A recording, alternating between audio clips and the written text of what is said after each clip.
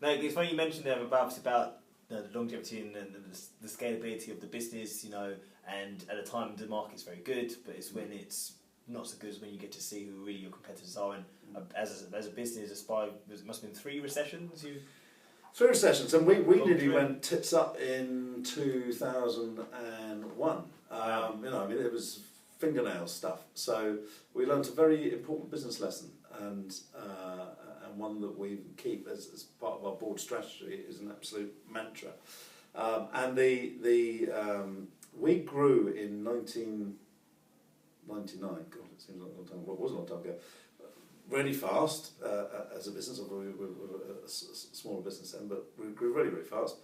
And when you grow fast, it's cash out because you need more office space, you fit out, desk, computers, people, salaries, and the income follows on after. So whenever if you double in size, which we did that year, there's a lot of cash out. It's funny how I think it's only when it sounds a bit arrogant this, but it's only when you run a business do you appreciate how difficult it is to make profit. How everyone thinks that every business must make loads of profit, and I can't remember what the exact figure is, but the percentage of companies that make more than 5% net profit is tiny, tiny, tiny. And people go, wow, so it's very difficult to make a profit. It's actually easier if you are small, but also you're extremely vulnerable than to being knocked over. So very difficult to make profit. So when you grow in size, it's cash out, cash out, cash out. Then we had a flood. We were in offices just off Charing Cross Road, and we had a flood in the office over Christmas. The landlord, we all left for Christmas to do, and we weren't the only company in the building. Everyone left. The landlord turned the heating off. It was a very, very cold winter in December 2000, and it was minus whatever it was, even in London. And we'd had some work done by a contractor because we were growing, so walls, radiators and stuff moved, and a thermostatic valve hadn't been fitted to a radiator. It cost £1.50 apparently, this thermostatic valve. Anyway, it drained the entire water system or heating system of the entire building. And we're talking about 9-floor building with 9 floors in it. And it fine spray, it just came out apparently as fine spray all over Christmas. We had parquet flooring. When we came back to work after Christmas, down the door we could just see everything had swelled up, the wood swelled up, so literally it was 4 foot high. It was like mounds of this. It was like, what's happened? And so we also discovered that insurance is an interesting concept. So we had some emergency insurance, which was okay, but we then had a contractor's insurance company and a subcontractor's insurance company arguing who was liable and whose insurance was liable. And we went, oh, what about us? And I said, well, never mind you, mate. We need to work out where the liability is. So in the meantime, we had to go out and get a short-term let office building. And a short-term let is the most expensive type of office building. And funny enough, what do you have to do? Fit it out, all the rest of it. More desks, more computers, because those were all trash. So again, massively cash out. And so that was in about June 2001. We had to, we moved out because they didn't force us out straight away out of the building, but when they decided they wanted to gut the whole building, the landlord, we were given 3 months' notice to get out. So, and you haven't got 3 months isn't very long to go and find somewhere to go and house everyone, I can tell you. So we did that, and then we got to June 2001, and the internet bubble burst. Now, people, I don't know, it was June 2001. How long ago is that? 24 years. So some people say, what are you talking about, internet bubble bursting? So you are talking about all these early stage internet companies, of which I think lastminute.com is probably one of the last remaining ones that managed to survive. I'm sure others did. But they just, it was carnage. One after the other collapsed, including companies like Nortel, WorldCom, other companies pulled out the UK, or really tracked it down, people like Computer Associates, Lockheed Martin, CMAC, all these companies.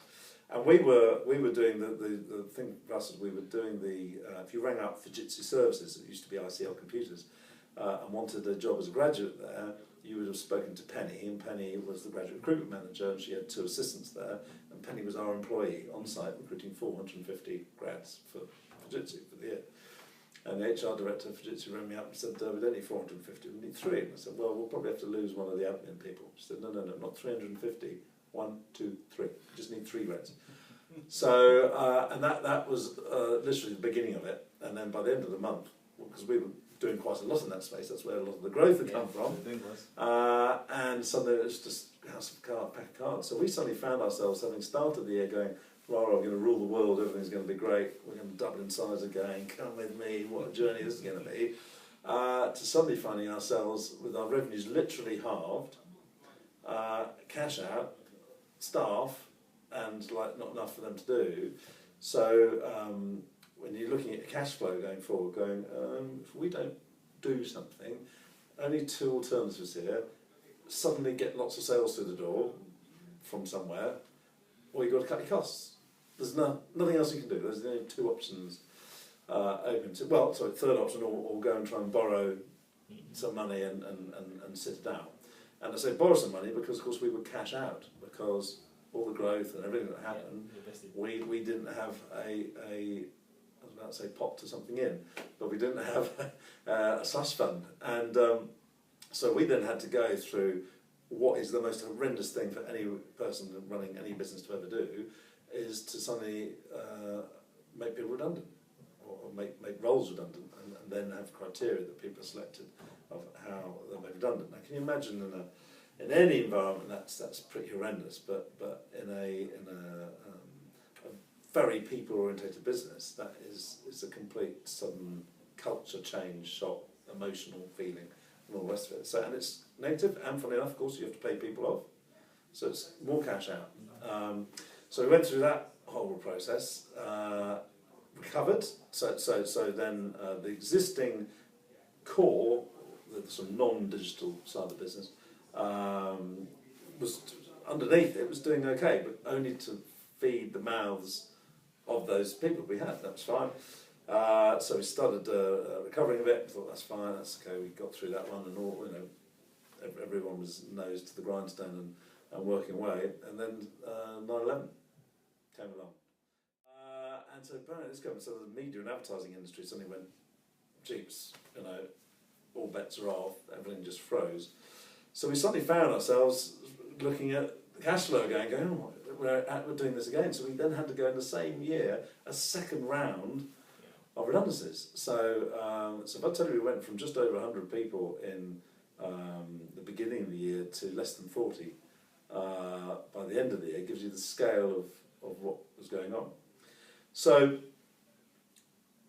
we know, we survived, and there's lots of reasons we survived, not least how our people worked, and the actual underlying core business was strong relationships. We knew how to do recruitment, all the rest of it.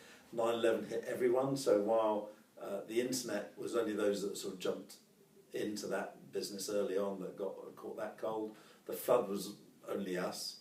So other recruitment companies, some other recruitment companies, I don't know what the problem is. Along comes 9/11, and suddenly they had a problem too. So now it's a bit more level playing field about everyone's facing the same challenge. So who can operate the best? And maybe because we'd already been through 2 knockdowns in the same bout, but got off the canvas again to carry on boxing, and whereas some of our competitors suddenly got they were suddenly knocked down for the first time, and whereas we were battle hardened. Knew what to do. Our guys who work on our financial side of the business, very strong. We had open comms with the banks all the way through what was going on, so they didn't get any nasty surprises. So they were very supportive of us. And at the end of that year, we made 11.5 grand profit, which still to this day amazes me how that is possible. But it was, and we did. It's probably, in my view, the proudest profit we ever made.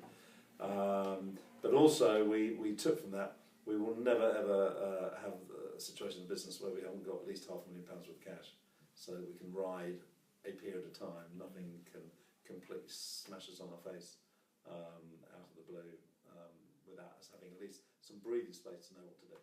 Yes, so I say learn from those things.